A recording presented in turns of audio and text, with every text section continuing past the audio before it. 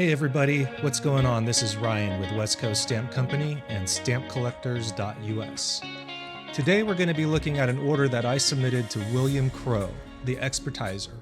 A lot of you might be familiar with Crowe certs. William Crowe was one of PSE's expertizers in the past, and he now does his own expertizing. Let's take a look at what I got back from him. All right, here's the package. Let's take a look and see what's inside. All right, first we've got a bag here with the bill. Gotta pay. Here are the certs. Okay, inside each of these are the stamps. All right, let's take a look and see what we got here. First up, we have a nice 138A. So this is the I grill. This is much more rare and scarce than the regular H grill. This came back as clean. I would call that almost very fine centering for this issue. Clean cert, sound, looks really good. Again, 138A.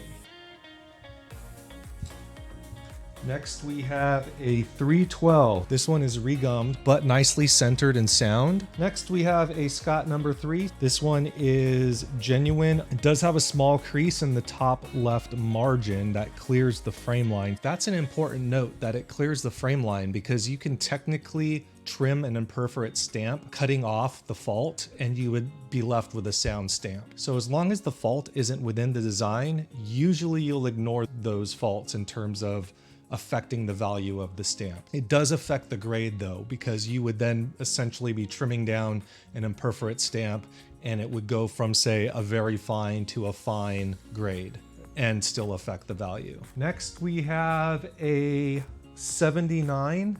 This is going to be the all over grill. So usually this stamp is valued with faults because of the all over grill. It was very easy for perforations on the edges to be torn off when separating the stamp. Small perforation faults are normal on this stamp and generally do not affect the value. Obviously, a stamp that has more intact perforations is going to sell for a lot more. Here you can see that it is genuine. This one is tied on a small piece, and it has normal perforation flaws found on the issue, including a pulled perf at the top right.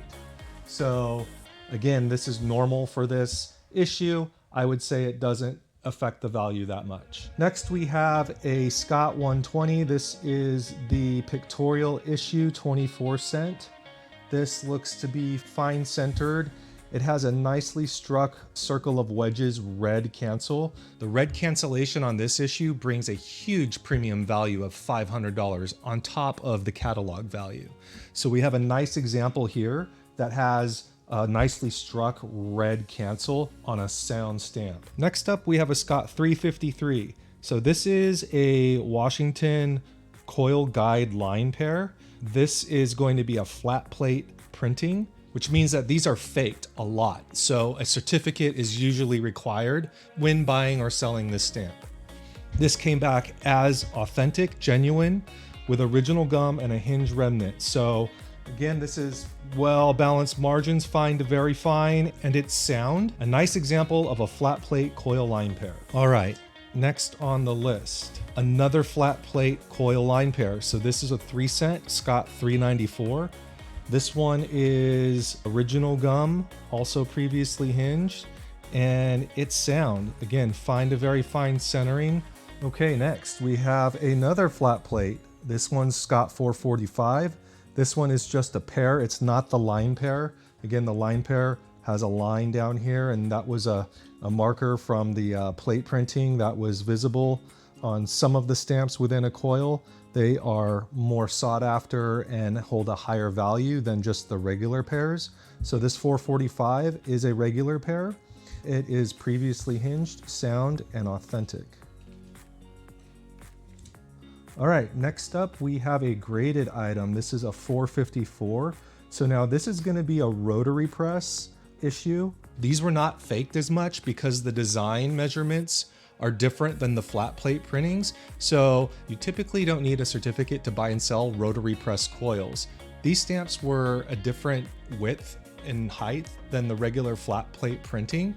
It's usually easy to tell if they're authentic or not by measuring yourself, but a certificate is always helpful and usually adds value. Okay, so here we have a nicely centered grade 85. That's very fine to extremely fine coil pair. Again, not a line pair on this, just a pair, but this is a type 2 of this particular design. That's a nice sound version of the type 2 coil pair. All right, next we have a Scott 458. So again, this is another rotary press. This one, very fine centered. You can see it's well balanced on all sides. This one is a never hinged example as well. Looks great, nice and sound. Next we have a Type 1A. So this is a deep rose color Scott number 500. This one is really cool because it has very similar design to the Type 1, just all of the lines are a little heavier and stronger. So this is a nice never hinged example with the right side margin still attached and also sound. Next we have a J58. This one is a pretty tough stamp to get, especially sound. It's used, but even at used, it has a pretty high catalog value. This stamp is worth $1,700. A mint version is going to be valued at $11,500. So this is a very rare postage due stamp. Came back as sound. Centering is not very good. Again though, a pretty scarce stamp. All right, let's take a look at what we got next. 068, $2 state official. In terms of condition, it is genuine in unused condition with traces of original gum. The stamp has a small thin at the top left.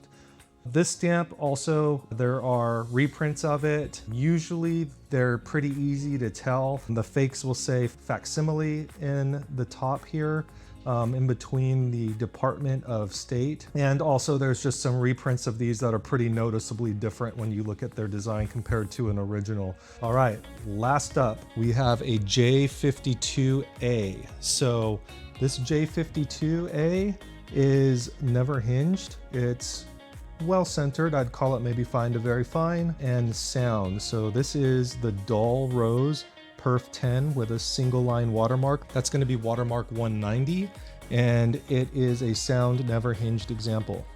Very nice. That's the stamps that I got back from Bill Crowe. I hope you enjoyed looking at them. These will become available in my Facebook group.